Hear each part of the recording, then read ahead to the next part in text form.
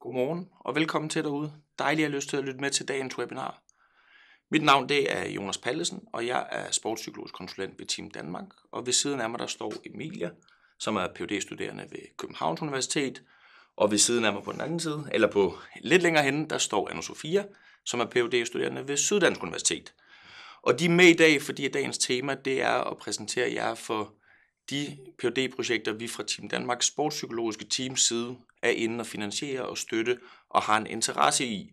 Så formålet her med de næste 3 kvarterer, det er egentlig at give jer et indblik i, hvad er det for nogle projekter, som vi fra Team Danmarks side er involveret i, og også har vores interesse i, og det er også derfor Emilia og Anusofia er her i dag.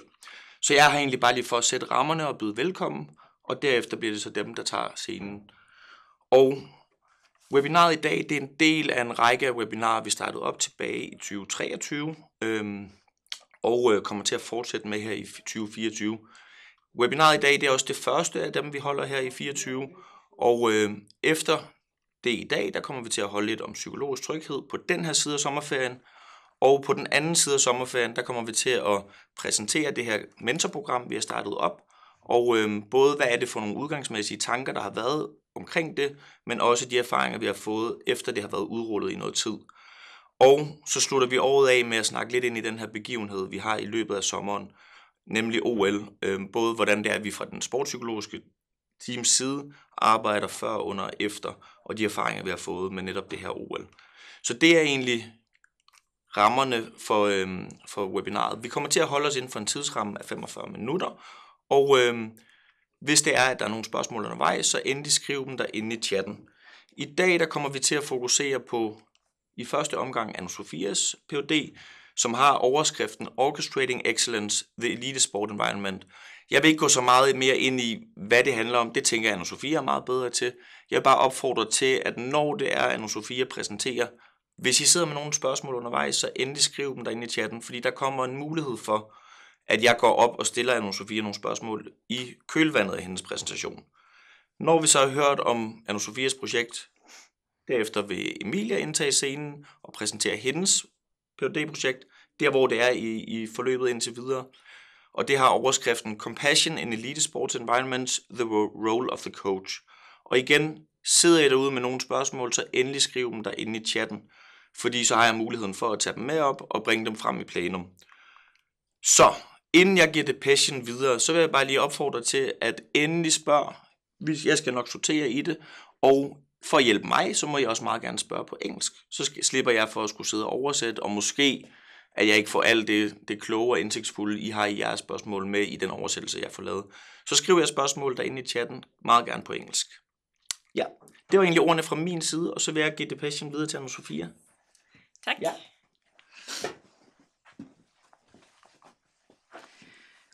Why are Danish badminton and Danish track cycling continuously amongst the best in the world, despite the fact that they receive far fewer financial resources than their competitors like China and Great Britain, and have a much smaller talent pool to select future athletes from? We know that financial resources, state-of-the-art facilities, and talent do play a really important role in developing successful elite athletes. However, when we look to, for example, badminton or track cycling, as well as the research more broadly, it's actually really clear. These factors alone simply do not guarantee success. Another example we can find when we look to the Galacticos era of Real Madrid, where they thought that if they bought the world's most talented players, built state-of-the-art facilities, and poured more money into the club than any of their competitors, they would of course be guaranteed to be the world's most successful club. However, they went 3 seasons without a trophy, and the strategy was deemed a complete failure. Evidently, there are then some sort of intangible processes that must occur within environments that actually explain success perhaps better than these sort of finances, facilities, what we call preconditions.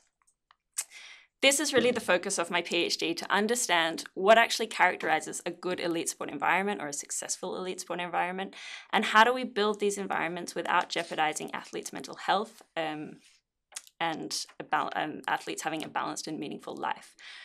We also want to understand how do elite sport personnel working within these environments actually work in their daily practice to create these kinds of spaces. When we look to talent development research, we can see that despite environments being very different, they share some common success features, particularly related to sort of their culture and the way that they are managed and led. We're interested now in seeing, do we see a sort of similar phenomenon at the elite level where across many different environments in many different sports, we can see some shared characteristics that may explain why some environments are much more successful at supporting elite athletes. My research comes from or is underpinned by a holistic ecological perspective, which simply means that we're sort of shifting the focus from the individual athlete and the psychological determinants of performance, instead towards understanding the environment and the role of the environment in influencing performance and development. So when I say environment, we're talking about a dynamic system that operates across different levels. It includes an elite athlete sport team, their fellow athletes, and their non-sport daily surroundings. It also includes the organizational culture, the leadership, the management of the team or the athlete. And then we're also interested in understanding sort of the broader macro context within which an environment is situated. So this can include, for example, the national sport policy culture, sport policies, elite sport culture, etc. We're also interested, like I said, in, of course, building environments that support high performance, but not at the cost of athletes' mental health. In Denmark, we have a very small talent pool of potential elite athletes, and elite sport is not necessarily always a financially viable long-term career. So it is particularly important that we can retain the talent that we have for as long as possible, the talent that we've invested in, and that we build environments that are really meaningful places for athletes to be. We need to build environments where athletes develop transferable skills and where they can flourish and develop in a sporting sense, but also in a sort of broader, more personal way. We therefore draw on this concept of career excellence to kind of explain what good environments in Denmark are working towards. So career excellence is reflected by a long, healthy, and successful athletic career. Oops, a little bit too far. Where athletes are able to find meaning and purpose in sport, but also in life. So this is something that athletes are working towards. It's not a destination. It's, a process that the environments are aiming for. When we look to the literature as it stands for what does a good elite sport environment actually look like I said before, we can see and we know inherently that sort of these preconditions, such as finances, good facilities, international competition, provide a really important foundation for building a strong environment. However, alone they're not enough. And in this project, we're particularly interested in understanding what are the processes that go on within an environment, how do those within them work, and what does a high-performance culture actually look like? We know that culture is really important for good organizational functioning, and it's the same in elite sport. We don't understand what a good culture actually looks like. So my PhD consists of 2 studies, and the first one is the interview study, which I'll present some preliminary results from today. We did an interview study with managers, coaches, sports psychologists, performance directors, who are all working in highly successful Danish elite sport environments. We had 2 aims with this study. The first was to understand what they perceive to be core success factors for supporting career excellence. And the second was, how do they actually implement them in practice? What are they actually doing in their day-to-day work within the environment? As I said, we're at the sort of preliminary stage of analyzing our data, so I can't give a complete picture of sort of all the key processes for supporting success, but I can point to 4 that we can already see are really important in building sustainable, successful high-performance environments. The first finding is this idea of a holistic approach. It was really clear that good environments adopt a really holistic approach to supporting athletes, where there is a focus on seeing the whole human being and not just the performer. Those who we spoke to, it was clear that there was a commitment to balancing mental well-being and performance, and mental health was not to be compromised in the pursuit of performance. It was also clear that the sort of well-being was seen as a performance predictor almost, and not something that should be dealt with on the side, and that actually well-being is a necessary part of performance. Of course, coaches, sports psychologists said it can be really challenging to balance well-being and performance goals. If, for example, if you have a competition coming up and actually the best thing for an athlete might be to take a step back and take some time out, it can, of course, be really difficult to balance the goals that you have set with that, with the situation that you find yourself in. But it was really clear from all those who we spoke to that there really was this shared understanding that the whole person needs to be kept at the forefront, and that everything should be seen within sort of in the longer term perspective. And sometimes that did mean sacrificing the short term for longer term gain. Our second finding was this focus on helping athletes to maintain an identity maintaining, I guess, an athletic identity and a personal identity, and supporting them to really develop relationships inside and outside of sport. Coaches and support staff really encourage athletes to reflect on what they could bring to the environment and also how they could contribute to society more broadly through their unique position as an athlete, so really helping them to try and find meaning in their sport. We see that this is particularly relevant for this new generation of athletes who are coming through, who are socially and environmentally really conscious. They question, they challenge things, they want to know why they're doing things, and they also want to make a really meaningful difference. Dangling a medal in front of them is simply not enough. They need to find more meaning in their environment. And we could see that good environments really gave athletes the space and the support to find ways that they could fulfill this need. Lastly, we see this kind of shared understanding that Lastly, we see the shared understanding that an athlete's personal life impacts their sporting life and that both need to be nurtured for performance. It's not one or the other. You can't silo different aspects of the athlete. It was really clear that athletes had support for not only personal issues related to the sporting environment and developing their athletic identity, but also for personal issues, support to help balance, for example, family commitments, dual career commitments. And actually, it was really seen that, for example, having this kind of other outlet, for example, like dual career or an alternative career or something else that gave them meaning outside sport could actually be a real benefit for the athlete and helping them maintain balance in their lives rather than being seen as sort of a hindrance. Our second finding was this idea of an integrated approach. So there was a really clear, strong integration of efforts across personnel within the environment. This also extended to sort of stakeholders and people sitting more in the macro context. There was a real focus on building strong relationships, for example, with dual career networks. Coaches and support staff worked really closely together to develop goals, solve dilemmas, develop new strategies, and make decisions. For this, it was clear that role clarity was very important. So everyone within the environment was very clear of what their own skills were, what they brought to the environment, and how they could contribute. This helped to ensure that there was a sense of autonomy in the decision-making, despite it sort of being collective, and also that responsibility could be divided according to people's expertise. We also saw really that this kind of collaborative approach helped to ensure a coherent messaging across the environment. So what athletes might hear from their coaches was consistent with what they were working with or what they were hearing from their sports psychologists. We could see from speaking with psychologists particularly that this kind of integrated approach takes a really willful effort.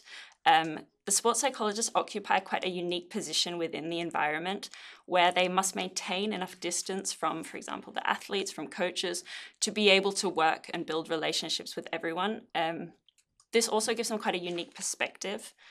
Or I guess a more nuanced perspective, and it makes them well placed to kind of play the role of connector or mediator and be a really important person in bridging otherwise quite disparate groups within the environment and playing a really important part in kind of getting this integrated approach to support. Our next finding relates more to kind of the competencies of particularly the sports psychologists. We found that the sports psychologists working within these environments had a really broad set of competencies that went far beyond what we would sort of typically expect from a sports psychologist. It was clear they really had the ability to work across an environment in an organizational or cultural capacity.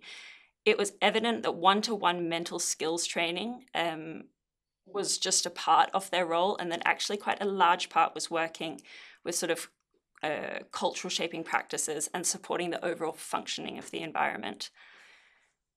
From our results, it was we could see that there was a benefit to thinking of psychology in a broader context. For example, having an understanding of sort of clinical work, cultural work, organizational work, and that this broad awareness really helped the psychologists work more effectively with different issues and different people within the environment, but also allowed for a deeper understanding of what the athletes might be experiencing. For example, one psychologist explained that their clinical work helped them understand and provide a context for perhaps the symptoms that an athlete might be experiencing, and it could help them kind of contextualize this for the coach. We know that a good culture, a good organizational culture, is really important for organizational functioning. And we found that a culture underpinned by psychological safety, we call it, was a core characteristic of good high-performance environments. So psychological safety refers to a shared belief by members of an environment that the environment is safe for interpersonal risk-taking. Psychological safety allows athletes to feel supported to take risks that benefit learning and development, to make mistakes, to learn from failures, and to challenge sort of existing ways of working and existing ways of doing things. We can see already that there's really strong research between psychological safety and performance and well-being outcomes.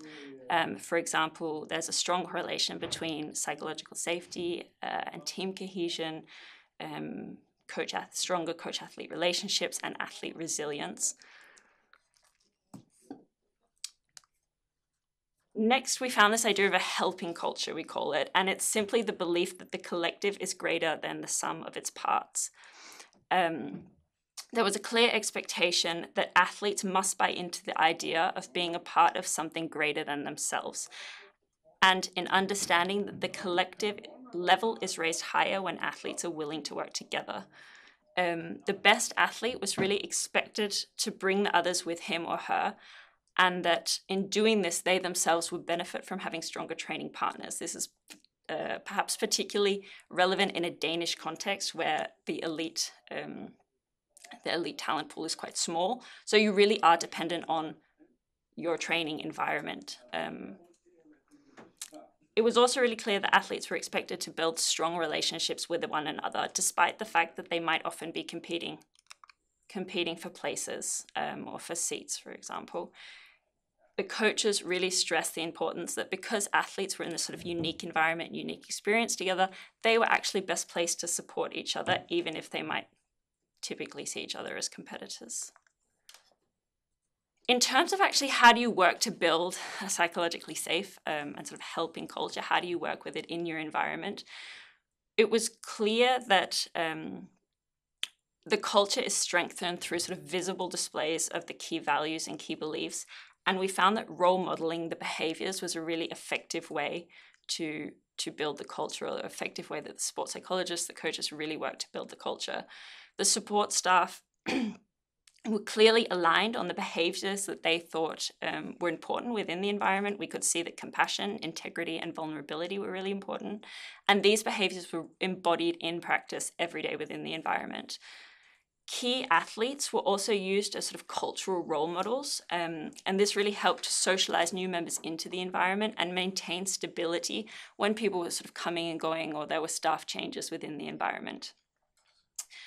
Next, we could see that creating opportunities for feedback and open feedback and dialogue was really important, particularly for building this sort of culture of psychological safety. Coaches really encouraged and gave space for feedback between athletes, and this helped to sort of create this sense of trust and care between the athletes. It also allowed athletes to feel more confident in making the right decisions at the right time without their coach's support. For example, during a competition, if a coach is not able to give feedback, they have this sort of sense of trust between each other that they can provide feedback for each other. It also supports the athlete's autonomy, which is quite important. Again, sports psychologists played a really important role in helping facilitate this kind of communication and this feedback. It was clear that in order to do this, the sports psychologist had to be really cognizant of the power dynamics within the environment or within the group, and to be able to negotiate this kind of flow of power when working with communication and feedback, particularly when working with, for example, athletes and coaches. Next, we saw that there was this real emphasis on learning and development, on and off the pitch, I guess, so to speak, was really important. Athletes were celebrated for their achievements and contributions, both inside and outside of sport. One coach explained that he placed a lot of importance on the victories as well as the defeats. For example, his evaluation process after winning was the same as after losing. And this helped to facilitate learning, but also sort of relieved the pressure and shame associated with losing. So it was the victories and the defeats were sort of seen as essential steps in this longer term process. The last point is simply that culture takes a lot of time to develop. So working with culture, for example, at the talent development level or at the junior level, is a real benefit, and it helps when new athletes are coming up to the elite level and into the environment, if they are already familiar with the culture that's expected of them. It also really helps to stabilize the culture at the elite level if the new athletes coming in already understand. As I said, culture is something that is dynamic and needs to be reinforced continually, and can fracture if new members coming in don't buy into it soon enough. So that's simply a point that if you are working with junior athletes or athletes at the talent development level, it could be really meaningful to look to the elite level to see what are they doing and how can I implement sort of cultural practices in the work that I'm doing now. So just to sum up, like I said, we're still in the preliminary stages of analyzing the data, so we can't really tell you this characterizes a great elite sport environment that supports career excellence. But we can say already that holistic support we know is really important. There must be an integration of efforts within the environment and also within the broader sort of macro level of the environment. And it's key that you have flexible support staff, particularly sports psychologists with really broad competencies. And these processes, together with a culture that's psychologically safe and where people support and help each other, along with the preconditions that we already understand, are really important for building good, successful elite sport environments. Thank you so much. Does anyone have any questions? Yep. Thank you for the presentation. I have just a few questions. Jens asked, did you interview athletes in your study to ask them how they would see elite sports environments? And if not, do you think they would have seen different results? Firstly, no, we did not interview athletes. And the thinking behind that simply was that the follow-up study for this will be a case study where athletes will be interviewed. And our feeling for this was that we worried that athletes might not be able to sort of separate their experience, or not separate their experience, but their feelings of how they are performing currently from being able to answer the questions. So we felt perhaps there might be a bit of bias in their responses, for example, if they are unsatisfied with their performance at the moment. However, yes, I do definitely think that the response would have been different and that the athlete perspective is really important. So for this particular study, we were hoping that people could say, point to factors that they knew were important, but also sort of hypothesize on things that they thought were important. And that was more of a key focus. And in our next study, we will really look more into the athlete perspective to understand what they see to be really important, what works well for them, what doesn't work well for them. Yeah. So it'll be difficult, maybe be difficult to see the bigger picture when you're we felt for the athletes it would be, and in the case study we can provide some sort of context for what the athletes tell us, so we can see if what they're telling us matches with what we're seeing in the environment. So the athlete perspective won't be forgotten. It just wasn't essential in this. No, that makes sense. And from my side, you say that we have this relatively small talent pool in Denmark. Yeah. Do you think it would be different if you look to maybe the States to see how they are orchestrating excellence in a bigger talent pool? So how do you think this small talent pool affects your studies? I think the particular relevance of having a really small talent pool is that you really need to retain the talent that you have. You're investing in a very few or very small number of people. And if you start losing people along the way, you end up with nobody. In bigger, for example, I'm from Australia, and we have a very different culture around elite sport. It's the dream of every child to be an elite athlete, and we can just keep sort of throwing the eggs at the wall and then picking up the ones that don't break, and there are elite athletes. In the context of Denmark, it is really critical, like I said, that you retain the talent, and then you can build environments that give the athletes something beyond sort of this chance of a medal, because we can see that it's not enough. No. So we just sort of keep that in mind in looking at why we're sort of looking more at this career excellence approach rather than just winning medals is sort of the marker of success, if that makes sense. Indeed. That was the last question from my side. Thank you for the presentation. Thank you so much. And as you can see on the screen, or I'll send you on the email afterwards, if you have any questions to Anusofia, I was told that I could let you know that you're welcome to write an email to ask her about the studies as well. Thank you. Thank you. And now I will invite you, Emilia, to the stage to present your PhD. Yes, thank you. Let's see. So, my name is Emilia. Thank you for having me here today. I'm going to talk a little bit about my PhD project, which generally investigates the role of compassion in elite sports. And today I will be focusing more specifically on a study where we interviewed coaches to gain the coach perspective. So first I'll give a little overview of the PhD project, then I'll discuss shortly what is compassion, what is this thing we're studying, then delve a little bit into why we're interested in compassion, and then, like I said, focus on this study where we interviewed coaches. So, I am on the last year of my PhD. In general, it will consist of 4 studies. Mainly, first, we wanted to investigate, like I said, what the role of compassion is in elite sports environments, and then finally end with developing compassion in Danish elite sports environments, specifically focusing on the coaches. So, what is compassion? Some of you may have listened to the previous webinar or read about compassion somewhere else.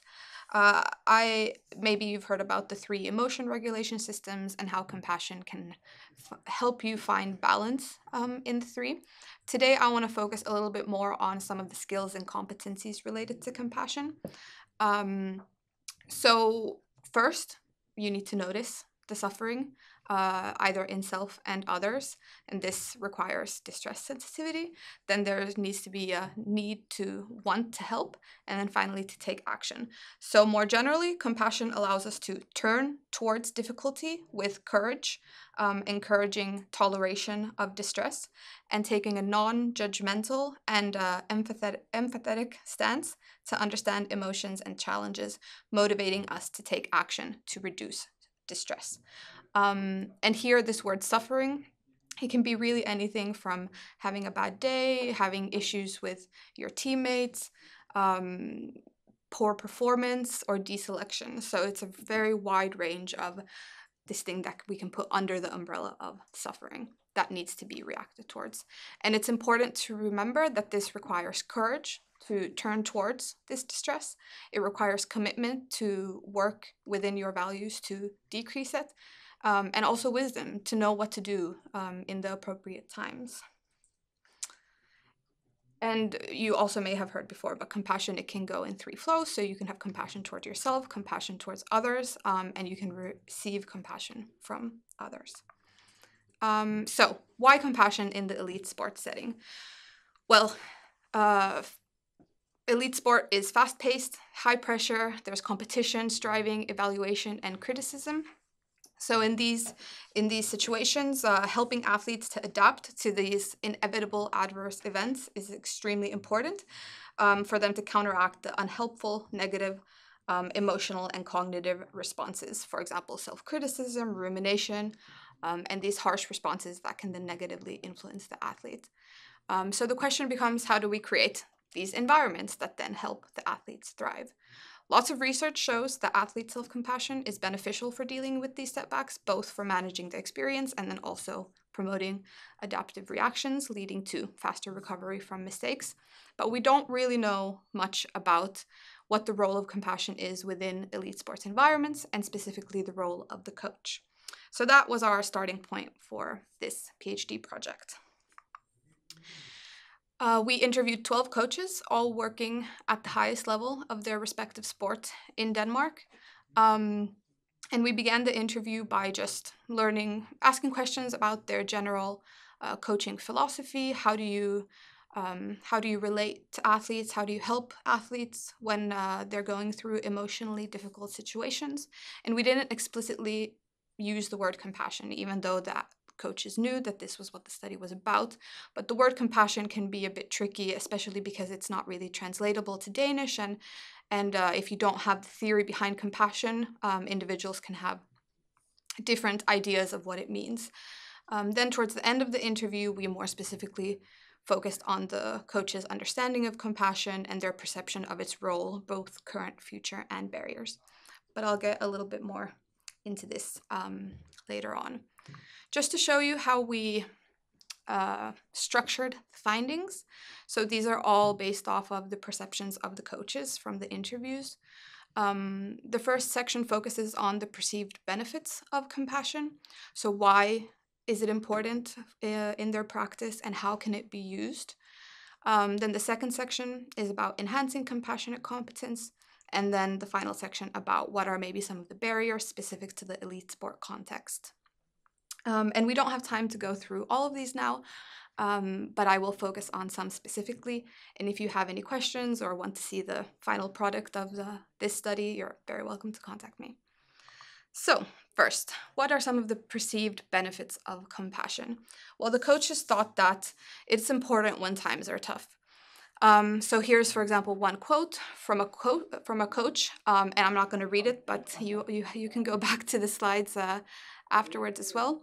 But basically here the coach tries to explain how he tries to help the athletes when they're going through an emotionally difficult situation, for example, after a poor performance.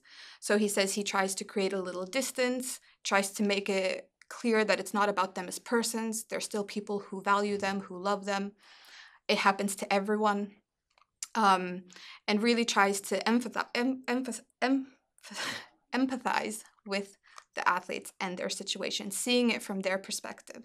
And they do this because they want the athlete to be able to then recover from this poor performance more quickly and not stay in this rumination of not only did, I do something bad, but I am bad and I'm not worthy. And the coaches really felt a responsibility to also do this work with the emotional aspects of the athletes, in addition to all the technical and tactical things that they do in their job. Something also to keep in mind is that the coaches also have this dual role. They're not always just there to support the athletes, but they also sometimes have to make selection decisions that aren't beneficial for the athletes. So here the coaches also talked about how this compassionate approach can be beneficial in these situations where instead of just taking distance from the athletes and, saying you're not selected and now that's not my problem, they really tried to take care to make the message clear and make it clear why these decisions are being made, and really, again, see it from the perspective of the athlete and have a respect for them and what they're going through, instead of the easy route sometimes would just be to create distance. So another perception that the coaches expressed was that compassion can promote performance. So here one coach says that, I think we experienced that caring, empathy, and these soft values made the other things much easier. It was easier to get them to jump higher, run faster, and in general be more motivated when we also showed empathy and made room for the soft stuff. And here the coach emphasizes that it's not that they're using the word compassion and now I'm being compassionate, but it's just this lowering your guard enough to give a chance to really focus on these kind of soft values, as they said, such as compassion. And he in the quote, lastly, he said, it just creates this completely different trust between us and them. And the coaches also emphasized, like Anusofia said this, that, Denmark is quite a small country with a small talent pool. So this sort of compassionate approach is important because you really need to be good to the athletes that you have to make sure that they have a long-lasting career. Another aspect here mentioned is this compassion allows for connecting on a human level. So here again, one of the coaches emphasizes this, that whether it's, being assertive or delivering maybe a difficult message, that it makes it much easier when you also have this human connection and this holistic approach to valuing your athletes, both inside and outside of sports. Maybe asking, how their day went, or knowing what's going on in their lives without necessarily becoming, best friends, as one coach said, but just having understanding of what their journey is. And that this provides a better foundation for handling the conflicts that will inevitably come in these environments and in life in general. And lastly, he says here that the athletes, then they become more comfortable in sharing where they are, and that this trust and honesty is extremely important. Final benefit that the coaches mentioned was that it can also really help in fostering unity in these competitive environments.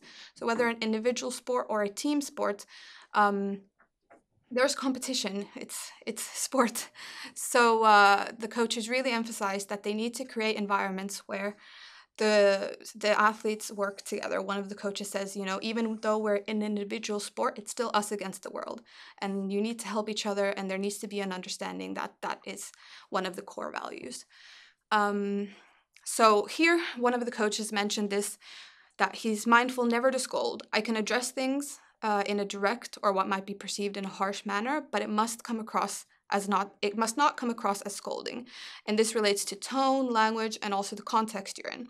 So I think my athletes will find it that when I'm sitting with them like this, one-on-one, then I can come across as tough and direct, but I wouldn't be that way if others were present, because then you could be exposed in front of two others and there would be a different social dynamic at play. So this really shows that the coach is taking the perspective of the athlete and being aware of the situation, being aware of these social dynamics within a team, and then acting in ways that are beneficial for the athlete to be able to best receive these difficult messages where you need to be honest and sometimes a little bit harsh.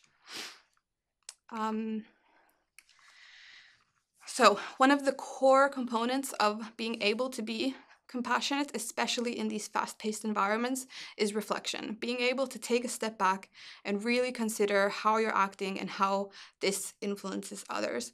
One of the coaches mentioned an experience where a relationship with an athlete had ended abruptly, and then he goes on to say that in recent years it really dawned on me that there's a person behind the athlete, and that has changed me a lot, because there have been many athletes who have been through the process with a positive outcome, but there's also been some with not a positive outcome.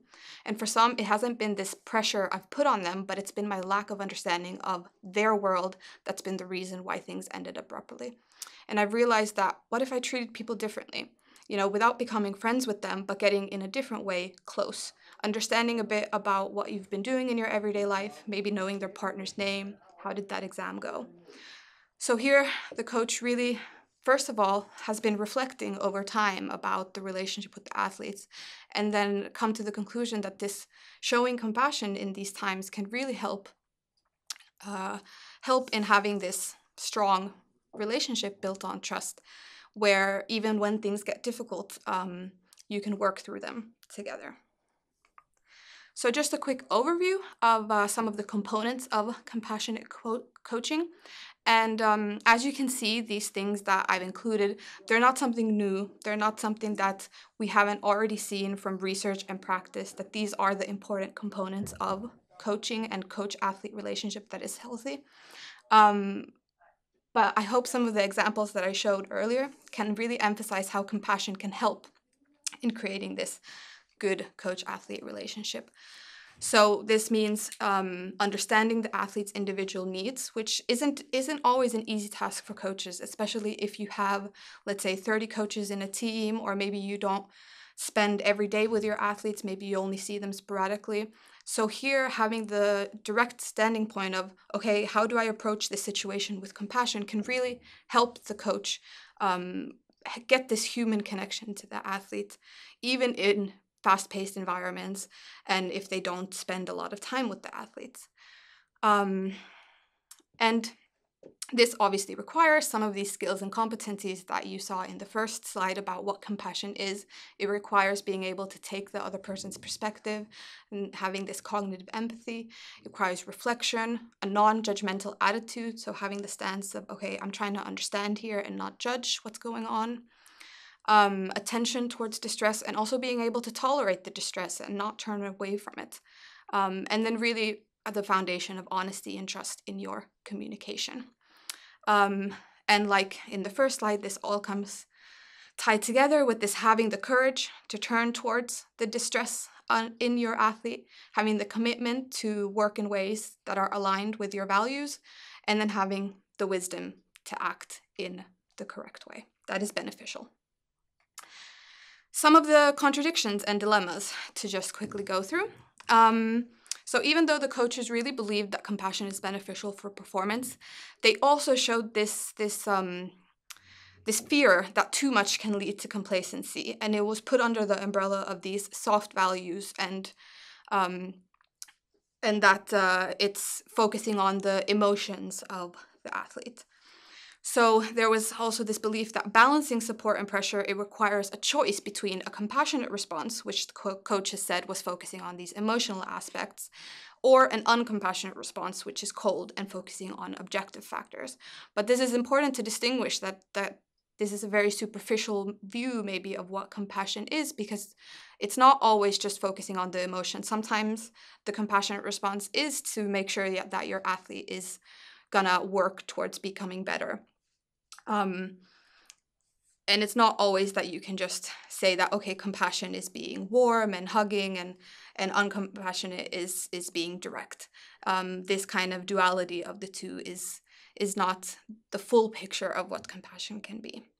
The coaches also found it difficult to balance this. Well, when do you support the athletes? When do they need maybe to take a break? When do you need to sit there and listen? And when do you challenge them? There was a level of uncertainty with this that the coaches found difficult. One of the biggest contradictions that the coaches mentioned was this, that, you know, in a changing world where we focus more on athlete mental health, the coaches have a lot of pressure on them to act in ways that are creating these sustainable environments. So this keeping up with the times, it was not always in line, or they didn't perceive it to be in line with what's actually being rewarded in these elite sports environments.